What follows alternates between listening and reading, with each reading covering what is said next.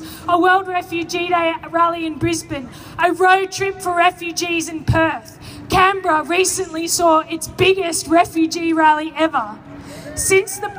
Yes, that indeed requires applause.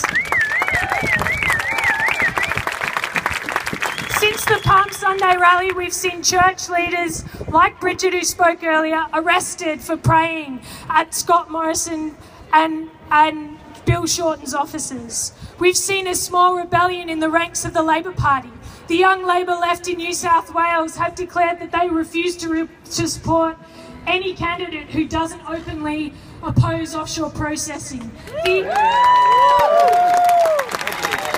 The entire Victorian branch of the ALP unanimously declared themselves in opposition to offshore processing, and our movement forced the leadership of the ALP to reconsider its stance on offshore processing. And people might be dismayed at the outcome of that, at the very pathetic outcome of that vote in the end, but the fact that they had it at all so early in their term of opposition shows just how much strength and anger our movement has behind it.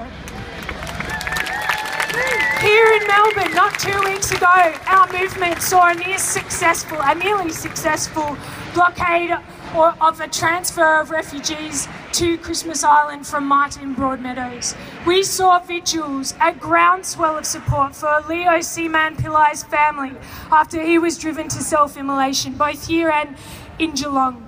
Unionists for refugees are growing in New South Wales, deepening their connection to working class people, having the arguments, workplace meetings. Hopefully we see the same kind of strength in the unions here too.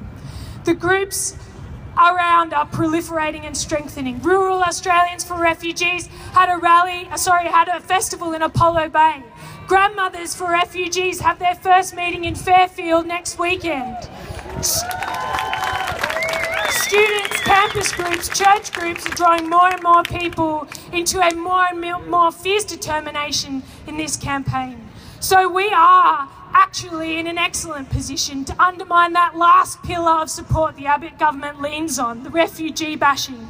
We are in an excellent position to turn the Operation Sovereign Borders into a total liability, a political disaster, the political disaster that it should have been right from the beginning.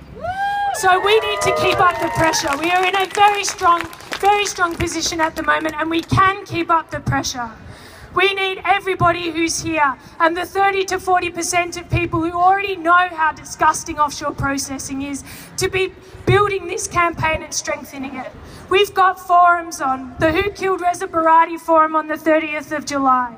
We've got speakers, refugee speakers, who can come and speak to your community group, to your school, to your workplace.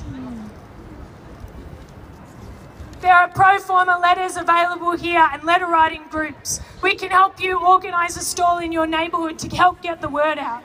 There will be plenty of opportunities to come together like this to show that we are strong and to show that we have the numbers, and we need your help organising these moments. We will have opportunities to take the fight to the government, to take the fight to the politicians' offices. So come and put your name down. There are stalls over there, the Refugee Action Collective and other stalls, who need your help in fighting this government, who need you involved in the campaign to stop offshore processing. Scott Morrison looks immovable. He looks disgusting. He looks like he can't be moved and he won't be moved. But we have moved those obstacles before.